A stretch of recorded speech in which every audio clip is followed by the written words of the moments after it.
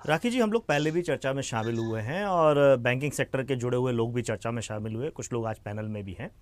सवाल वही है, बैंकिंग का काम है पैसे का लेन देन करना और उस पैसे के लेन देन का हिसाब रखना।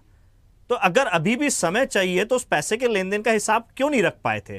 कौन रोक रहा था? और अगर रोक रहा था तो उसका भी नाम सामने आना चाहिए, कौन रोक रहा था। वरिष्ठ पत्रकार जी की मैं बात सुन रहा था, तेरा टॉमी टॉमी और मेरा टॉमी टॉमी नहीं। तो यहाँ टॉमी और डॉमी की बात नहीं हो रही, यहाँ बात ये हो रही है कि रंग अगर सफ़ेद है तो वो सफ़ेद है, वो काला नहीं होना चाहिए। भारतीय जनता पार्टी को सत्ता में रहते हुए अगर मिलता है तो सब, हमने भारतीय जनता पार्टी में अटल बिहारी वाजपेयी जी के भी 6.5 साल देखे हैं, लेकिन पूरे देश भर में कार्यालय खुलते हुए नहीं देखे, भव्य कार्यालय खुलते हुए नहीं देखे। ये 10 साल में ये जो भव्य कार्यालय खुल रहे हैं, ये जिसको कोसते हैं 70 साल शासन किया कांग्रेस पार्टी की, वो भी जिला स्तर तक अपने कार्यालय नहीं खोल पाई। जिसको अभी आप रीजनल पार्टी कह रहे थे, टीएमसी को, माफ करिए वरिष्ठ पत्रकार जी, मुझे लगता है पत्रकारिता भी आपको और पढ़ने की जरूरत होगी। वो टीएमसी रीजनल पार्टी नहीं, नेशनल पार्टी है। और नेशनल पार्टी ने भी अपने पूरे पश्चिम बंगाल में हर जिले में कार्यालय नहीं खोले होंगे जिस तरीके से भव्य कार्यालय भारतीय जनता पार्टी के खुले हैं, और उनके सहयोगी उनको चंदा दे रहे हैं। तो चंदे पे सवाल क्यों नहीं उठना चाहिए? हम तो सीधा सी बात कर रहे हैं, जो इलेक्ट्रॉनिक बॉन्ड लाए हम उनके लिए सवाल लाए हैं, वो सवालों का जवाब दे दें। लेकिन जवाब नहीं है ना। आज ईडी सीबीआई का छापा पड़ता है किसी कंपनी पे, कुछ दिन बाद आपको चंदा दे रही है। अगर हम पूरी कैलकुलेशन देखें अभी तक जो एसबीआई ने दिया हुआ है, और या फिर आपको जैसे ही चंदा मिलता है कुछ दिन बाद उसको बड़ा ठेका मिल जाता है। तो ये कैलकुलेशन क्या कहता है? ये कौन सी बैंकिंग की डेबिट क्रेडिट सिखाती है? ये कौन सा बैलेंस बताता है? ये भारतीय जनता पार्टी से सवाल है, वो बता दें कि भाई उनको भी म्यूचुअली मिला है, बिना किसी लोभ लालच के मिला है। हमारा आरोप यही है कि एक बड़ा भ्रष्टाचार है ये, और भ्रष्टाचार का खुलासा होना चाहिए। सुप्रीम कोर्ट अगर वो कर रहा है, अभी भी सुप्रीम कोर्ट ने एसबीआई को लताड़ लगाई है कि आप बॉन्ड का नंबर क्यों नहीं दे पाए। तो ये काम तो सरकार का है, ये एसबीआई को लताड़ नहीं है, ये सरकार के मुंह पे तमाचा है। ये वित्तीय विभाग और वित्तीय मंत्री पे तमाचा है कि आप लेखा जोखा नहीं रख पा रहे।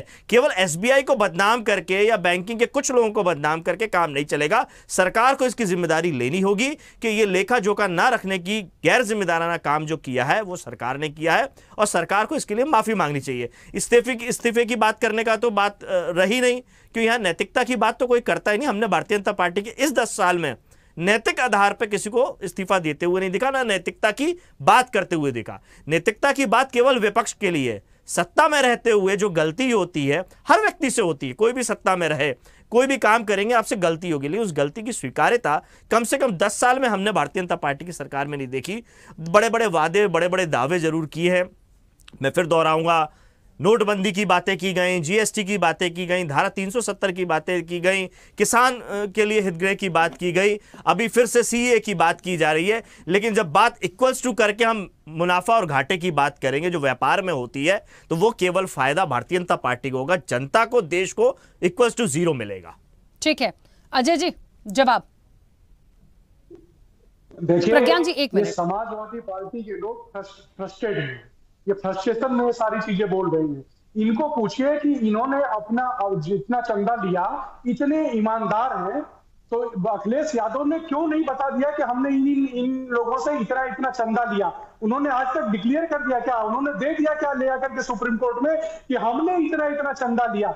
ये भ्रष्टाचार के जनक अखिलेश यादव और उनकी पार्टियां इस तरह की भाषा ये बोलती आ रही है। ये फ्रस्ट्रेशन में है। पाठक जी, कोई भ्रष्टाचार का एक प्रमाण दे दीजिए कि हमारी पार्टी ने किया है। अजय पाठक जी, आप जिम्मेदार चैनल पे हैं, कोई एक प्रमाण तो दीजिए।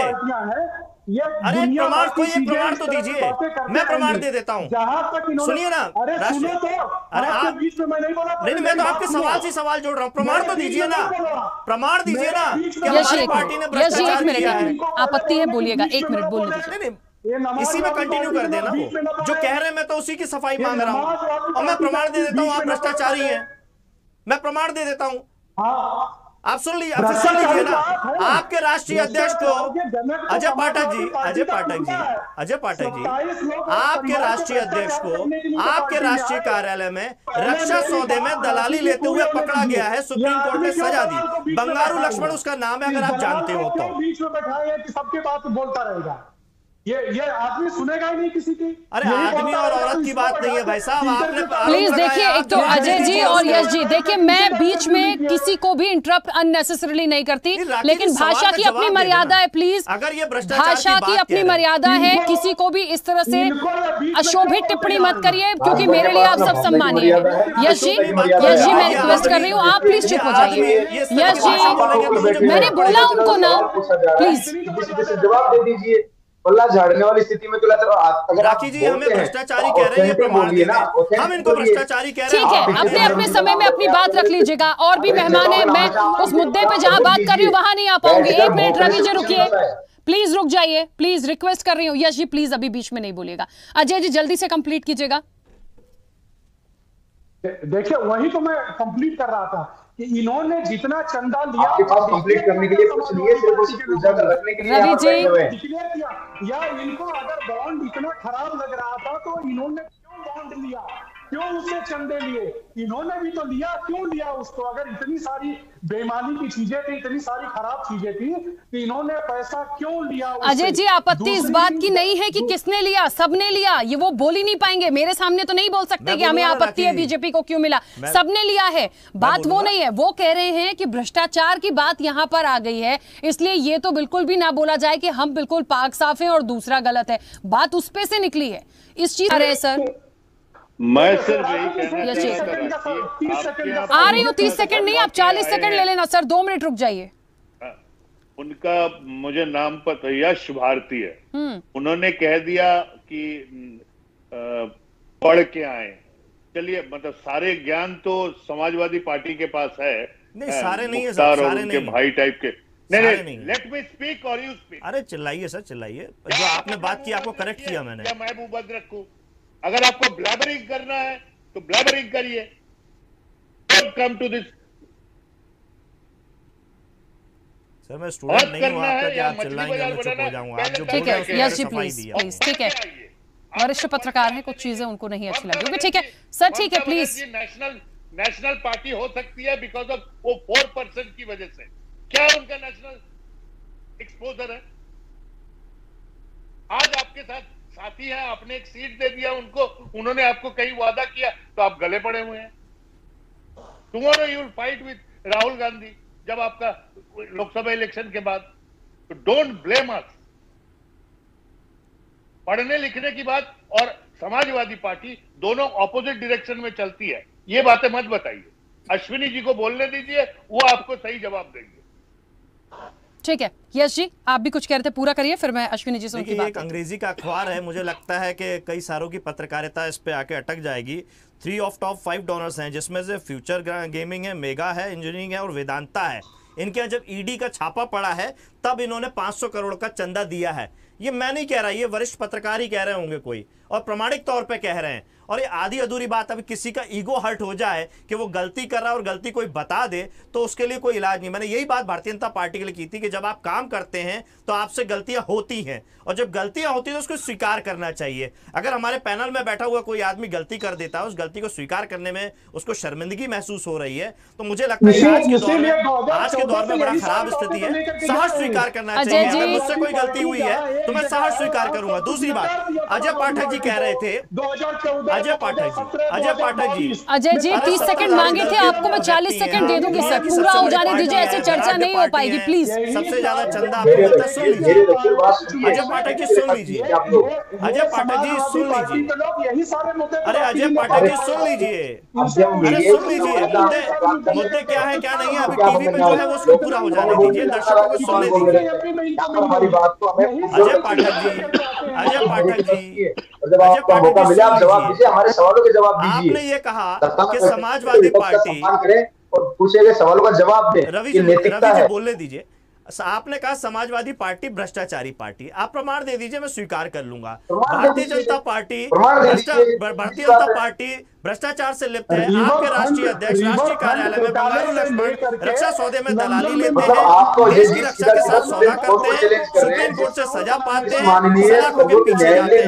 ये प्रमाणित है, आप प्रमाणिक बात कर दीजिए। चलिए अब 1 मिनट रुकिए, रवि जी और अजय जी और यश जी, तीनों जन प्लीज चुप हो जाए। चाहिए, मुझे अश्विनी जी की बात आ जाने दीजिए। मैं ऑडियो गिरा दूंगी सर इसके बाद, प्लीज, वो मेरा पूरा अधिकार है। मेरे सवाल मेरे Ravi ji 1 minute, sorry, yes जी बोलिए। राखी जी, बार बार वही बात हो रही है, सवाल भारतीय जनता पार्टी से हो रहा है या सरकार से हो रहा है, तो जवाब की जगह सवाल आ रहा है। और सवाल क्या आ रहा है? आपने चंदा लिया, आपने चंदा लेना बुरा है तो भैया सलाखों में बेच दीजिए, देने वाले को भी और लेने वाले को भी। आपने एक व्यवस्था दी इलेक्टोरल बॉन्ड के नाम से, जो पहले चंदा लेते थे, अब आप इलेक्टोरल बॉन्ड लेकर, जिस दिन लेकर के हम उस दिन से विरोध कर रहे थे, ये व्यवस्था ठीक नहीं है। जो पारदर्शिता के नाम पे लाई गई है, इसमें पारदर्शिता नहीं है, क्योंकि डिक्लेरेशन तो है ही नहीं, चंदा दे कौन रहा है। तो ये बात तो हमारे ऊपर भी लागू होती है और भारतीय जनता पार्टी के ऊपर भी लागू होती है। अब चुनाव लड़ना है, राजनीति करना है, लोगों के आगे बढ़ाना है। भाई धन्ना सेठ और धनवान तो भारतीय जनता पार्टी में है। हमारे यहाँ तो समाजवादी लोग हैं, जो गरीब हैं, जो चुनाव लड़ना चाहते हैं, जो संघर्ष करना चाहते हैं, जनता के बीच में जाना चाहते हैं। अगर उनकी पार्टी के माध्यम से आर्थिक मदद होती है, कोविड काल में हमारी पार्टी के खाते से हमने लोगों को मदद की है। जो मजदूर पैदल चल रहे थे, एक बेचारी महिला की टीकमगढ़ में डिलीवरी हो गई सड़क पे चलते चलते, और उसको पैसे से हमने मदद करी। कोविड काल में जिनकी मृत्यु हुई, उनको हमने अपनी पार्टी फंड से मदद करी। सरकार उस समय गायब थी। तो अगर हमने उन सब चीजों के लिए चंदा लिया और लोगों को मदद पहुंचाई, तो गलत क्या है? ये सरकार बता दे। चंदा लेना अगर असंवैधानिक है तो चंदे पे पाबंदी लगा ले। लेकिन सवाल उठता है चंदे के तरीके पे। मैंने अभी पेपर की रीडिंग बता दी कि उन 500 करोड़ आपने उनसे लिया जिन 3 कंपनियों पे आपने छापे मारे। भाई छापे मार रहे हैं आप, उनके यहाँ से गलत चीजें निकली होंगी तब तो छापे मारे। इनपुट्स होता है हर ईडी का, सीबीआई का, अन्य चीज का। अगर इनपुट आपके पास सही आ रहा है जिससे आप चंदा ले रहे हो, जैसा आप कहते हो सत्ताधारी दल होते हुए भी कि विपक्ष के यहाँ जब छापा पड़ता है हम कहते हैं हमारे लोगों के यहाँ छापा मार रहे हैं, गलत किया होगा तो सजा मिलेगी। तो भाई ये जिनके यहाँ गलत करके आप छापे मारते हो, उनसे चंदा क्यों ले लेते हो? ठीक है, चलिए, ये सवाल तो आपसे उठेंगे ना। ठीक है, यस जी, आप सवाल का जवाब दीजिए। ठीक है, आप हमें भ्रष्टाचारी, एक अंतिम बात, आप हमें भ्रष्टाचारी कह रहे हो, प्रमाण दे दो, सलाखों के पीछे बेच दो। लेकिन आप खुद भ्रष्टाचारी और दूसरे को भ्रष्टाचारी बोलोगे तो स्वीकार नहीं हो पाएगी। ठीक है।